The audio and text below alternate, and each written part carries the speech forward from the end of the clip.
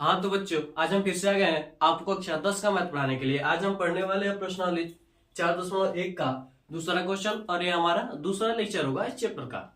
तो देखिए हमारा क्वेश्चन क्या कर रहा है। हमारा क्वेश्चन कर रहा है कि निम्न स्थितियों को द्विघात समीकरण के रूप में व्यक्त कीजिए। इसमें पहला क्वेश्चन कर रहा है कि एक आयताकार भूखंड का क्षेत्रफल 528 मीटर स्क्वायर है, क्षेत्र की लंबाई चौड़ाई के दोगुने से एक अधिक है। हमें भूखंड की लंबाई और चौड़ाई याद करनी है। ठीक है, यानी हमें क्या करना है, इसको द्विघात समीकरण के रूप में हमें क्या करना है, व्यक्त करना है। ठीक है, चलिए सॉल्व करते हैं। देखिए क्या करा, एक आयताकार भूखंड का क्षेत्रफल। ठीक है, तो ले लेंगे हम आयताकार भूखंड का क्षेत्रफल बराबर कितना दिया, 528 मीटर स्क्वायर दिया। ठीक है, फिर कह रहा है क्षेत्र की लंबाई चौड़ाई के दोगुने से एक अधिक है। ठीक है, फिर यहां पर हम माना चौड़ाई, माना क्या, चौड़ाई बराबर क्या है हमारे पास, x मीटर। क्या चौड़ाई क्या है, x मीटर। तो लंबाई कितनी हो जाएगी, तो लंबाई बराबर क्या हो जाएगा, क्या कर रहा है, क्षेत्र की लंबाई चौड़ाई के दोगुने से एक अधिक है। चौड़ाई का दोगुना कीजिए, चौड़ाई का दोगुने से क्या है, एक अधिक है। क्या हो गया, हमारे पास आ गया। ठीक है, अब हम जानते हैं कि आयत का क्षेत्रफल बराबर होता है लंबाई गुणे चौड़ाई। क्या होता है, आयत का जो क्षेत्रफल होता है वो क्या होता है, लंबाई गुणे चौड़ाई होता है। ठीक है, देखिए आयत का क्षेत्रफल कितना दिया हमारे पास, 528, लंबाई कितना दिया हमारे पास 2x + 1, और चौड़ाई कितना है, x। ठीक है, तो हम क्या करेंगे, मल्टीप्लाई कर देंगे तो क्या हो जाएगा, 528 बराबर 2x² + x हो जाएगा।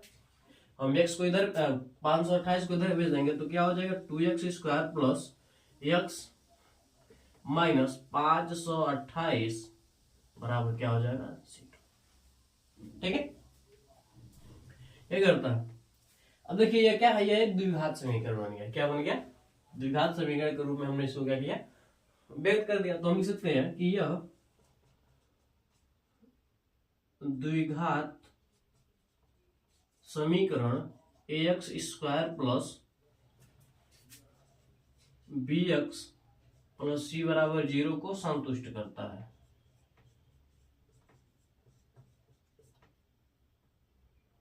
संतुष्ट करता है, बस हमें क्या करना है, इतना ही करना है।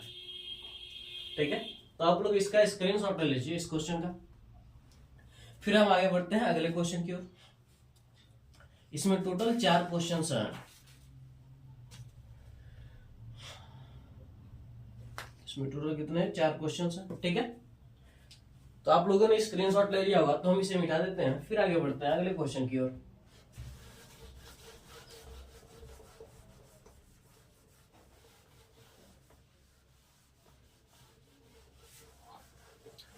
ऊपर वाला हमें मिटाना चाहिए था, चलिए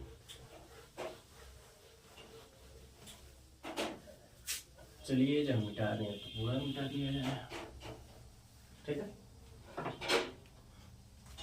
अब इसी का दूसरा क्वेश्चन देखिए। दूसरे का कह रहा है कि दो क्रमागत धन पूर्णांकों का गुणनफल, दो क्रमागत धन पूर्णांकों का गुणनफल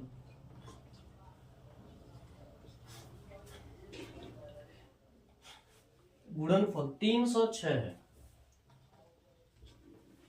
तो कह रहा है कि हमें पूर्णांकों का योग ज्ञात करना है। हमें पूर्णांकों को ज्ञात करना है, हमें पूर्णांकों को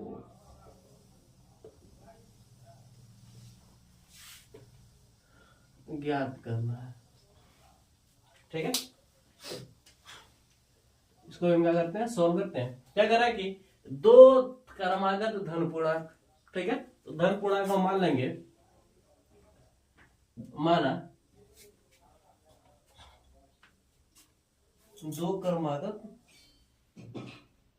धन गुणांक, माना पहला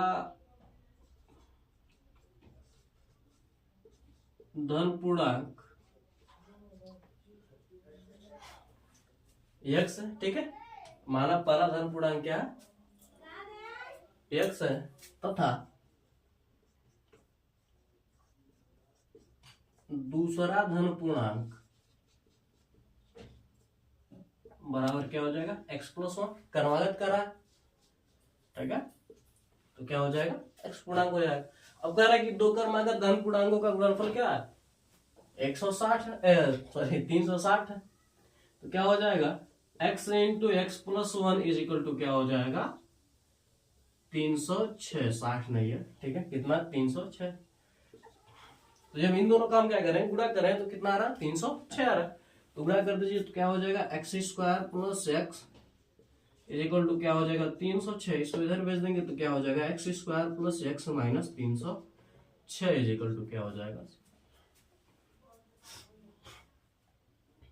अब हमने क्या किया, इसको बदल दिया हमने, ठीक है, क्या किया हमने, द्विघात समीकरण के रूप में हमने बदल दिया। तो लिख देंगे, यह द्विघात समीकरण ax² + bx + c = 0 को संतुष्ट करता है।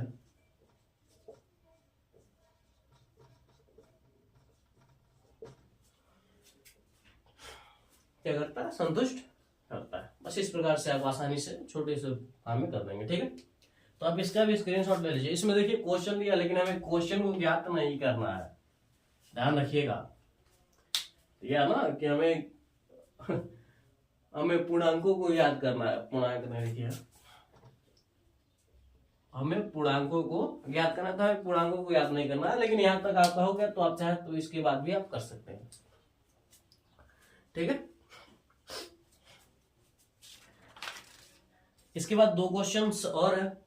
ठीक है, तो इसी प्रकार से आपको बस समीकरण के रूप में व्यक्त कर देना है, तो आप दोनों क्वेश्चन भी कर लेंगे, कोई ज्यादा दिक्कत की बात नहीं। अगर आप न कर पाए तो आप कमेंट कर दीजिएगा, हम आपको वो भी क्वेश्चंस बता देंगे। ठीक है, तो आज के लिए बस इतना रहते हैं, मिलते हैं अगली वीडियो में। मैं आशा करता हूं कि आपको ये क्वेश्चंस अच्छी तरीके से समझ में आएंगे। तो मिलते हैं अगली वीडियो में। जय हिंद, जय भारत।